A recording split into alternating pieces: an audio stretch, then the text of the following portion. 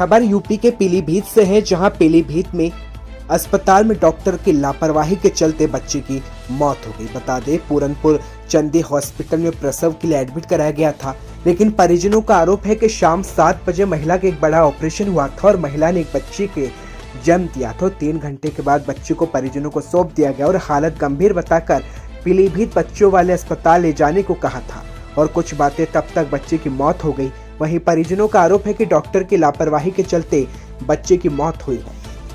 सलीम का क्या हुआ आपकी भतीजी के साथ? मेरी भतीजी चंदी हॉस्पिटल में यहाँ डिलीवरी के लिए आई थी। डिलीवरी के लिए आई, यहाँ आके इन्हें ऑपरेशन करा, पैसा जमा कराया, ऑपरेशन कराया। ऑपरेशन कराने के बाद में वो बच्चे को लापरवाही की वजह से बच्चे का एक्सपायर हो गया। जब डॉक्टर से मैंने कहा कि हाँ भाई बच्चे का ऐसा क्या हुआ, तो वो कहने लगे कि भाई जो मरने वाला था मर गया, मैं क्या करूँ, मैं आगे इसके कुछ नहीं कर सकता। किस तरीके के डॉक्टर द्वारा लापरवाही की गई? डॉक्टर ट्रीटमेंट नहीं करा, जिसमें जो है कि यहाँ पे बहुत सी चीज़ें हम लोगों को अंदर जाने ही नहीं दिया। जब बच्चे को हमने मांगा तो बच्चे के लिए कि हाँ भी बच्चा दिया, तो जो है कह रहा है कि यहाँ पे इसको हम करें क्या। बच्चा जो है कि यहाँ पे सब बढ़िया, सब फर्स्ट क्लास, जिसका 2.5 किलो वजन है बच्चे का, तुरंत जैसे पैदा हुआ वैसे रोने लगा। अच्छा, ये शहर का कौन सा हॉस्पिटल का मामला है? ये चंदी हॉस्पिटल है, ये अशोक कॉलोनी, हाँ पूरनपुर। मरीज से कितना पैसा जमा कराया? मरीज से 8,000 रुपये जमा करा लिए, 24,000 रुपये का वायदा है। खबर यूपी के पीलीभीत से है, जहां शहर के सुमन ब्लड बैंक परिवार ने अपने कार्य के 1 वर्ष पूर्ण कर लिया, जिस मौके पर शुभ अवसर पर सुमन ब्लड बैंक में डॉक्टर आर के टंडन, एमडी यासिर खान ने अवतार सिंह मोनू, अंकुर वर्मा और अपने पूरे स्टाफ के साथ केक काटकर इस वेलकम दिन को मनाया। साथ ही इस दिन मोनू भैया ने रक्तदान किया। साथ ही डॉक्टर टंडन और यासिर खान ने अंकुर वर्मा, अवतार सिंह मोनू को सम्मानित भी किया गया। पीलीभीत शहर ब्लड बैंक का परिवार का दिल से आभार व्यक्त किया गया, जो 24 घंटे ब्लड बैंक के लिए सुविधा देता रहा है। अयोध्या धाम में राम मंदिर निर्माण शुरू होने के साथ अयोध्या में भाजपा प्रत्याशियों को लेकर लगातार सरगर्मियां तेज है। मुख्यमंत्री योगी आदित्यनाथ ने अयोध्या से चुनाव लड़ने के कयास लगाए जा रहे थे, लेकिन गोरखपुर सदर सीट से उन्होंने प्रत्याशी घोषित किए जाने के बाद अब अन्य नाम भी सुर्खियों में चल रहे हैं, जिसमें हनुमानगढ़ी के महंत राजू दास, सांसद लल्लू सिंह के पुत्र विकास सिंह, महापौर और ट्रस्ट के सदस्य राजा विमलेंद्र मोहन प्रताप मिश्र के नामों की अयोध्या से चुनाव लड़ने की चर्चा तेज है। इसमें सच्चाई तो बीजेपी शीर्ष नेतृत्व भी बता सकता है, लेकिन राम मंदिर निर्माण को लेकर के उत्साहित राम भक्त, संत, महंत और अयोध्या के अधिकांश लोग किसी राम भक्त के ही चुनाव लड़ने की बात करते नजर आ रहे हैं। जिन नामों की चर्चा है उसमें विनय कटियार भी शामिल है। राम मंदिर आंदोलन में सक्रिय भूमिका निभाने वाले बीजेपी के फायर ब्रांड नेता विनय कटियार के पक्ष में अयोध्या के संत महंत उतर पड़े और कभी रामलला के मंदिर निर्माण में सबसे बड़ी बाधा रहे बाबरी पक्ष के पक्षकार मरहूम हाशिम अंसारी के पुत्र इकबाल अंसारी भी विनय कटियार को अयोध्या से चुनाव लड़ने जाने की मांग भी कर रहे हैं।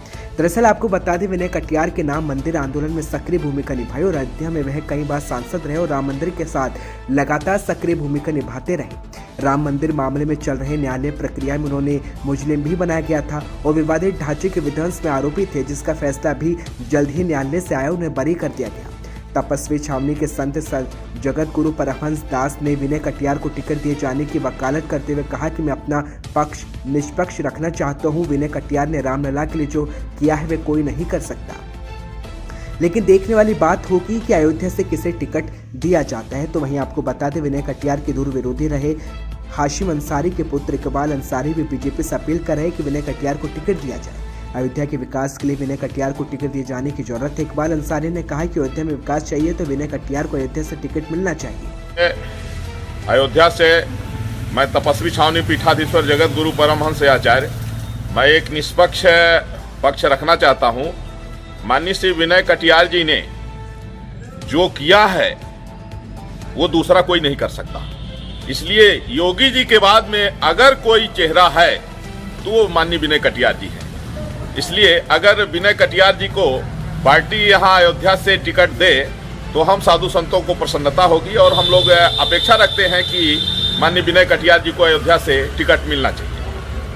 आगामी विधानसभा सामान्य निर्वाचन को शांतिपूर्ण संपन्न कराए जाने और आदर्श आचार संहिता के दृष्टिकोण पंकज भट्ट, वरिष्ठ पुलिस अधीक्षक नैनीताल के निर्देशन पर क्षेत्राधिकारी प्रमोद कुमार शाह के नेतृत्व में कोतवाली भवाली पुलिस, अर्धसैनिक बल व प्रशासन के द्वारा संयुक्त रूप से फ्लैग मार्च निकाला गया। संपूर्ण फोर्स के द्वारा कोतवाली भवाली से एकत्र होकर सर्वप्रथम भवाली मुख्य बाजार होते हुए रामगढ़ चौकी के अंतर्गत फ्लैग मार्च निकाला गया। फ्लैग मार्च के दौरान आम जनता से आगामी विधानसभा चुनाव को सामान्य निर्वाचन में बिना किसी दबाव से आए हुए भयमुक्त होकर मतदान करने व कोविड की दिशा निर्देश का पालन करने, मास्क लगाने जैसे नियम की अपील की गई। खबर भरतपुर के डिग से है, जहां कोतवाली पुलिस ने जुआ खेलने वाले लोगों पर शिकंजा कसते हुए पुलिस उपाधीक्षक आशीष कुमार प्रजापत के नेतृत्व में डिग खोद थाने समेत अन्य पुलिसकर्मियों की टीम गठित कर गांव बेलमका में जुआ खेलने वाले व्यक्तियों पर कार्रवाई की गई। 14 लोगों को हिरासत में लिया गया, तो वहीं 26,055 रुपए समेत 8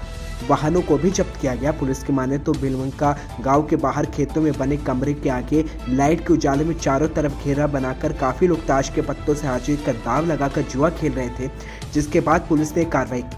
कल रात्रि दिनांक 21 जनवरी को सूचना मिली कि पुलिस थाना डी कोतवाली के बेलमका क्षेत्र में जुआ चल रहा है। इस पर मनसीओ पुलिस थाना डी कोतवाली, पुलिस थाना कोत की टीम द्वारा संयुक्त दबिश दी गई। तो एक खेत में एक कमरे के बाहर कुछ लोग जुआ खेलते हुए मिले, जिनसे ताश के पत्ते 26,055 रुपये नगद बरामद किए गए हैं। 14 लोगों को गिरफ्तार किया गया है। मौके से 8 वाहन जब्त किए गए हैं।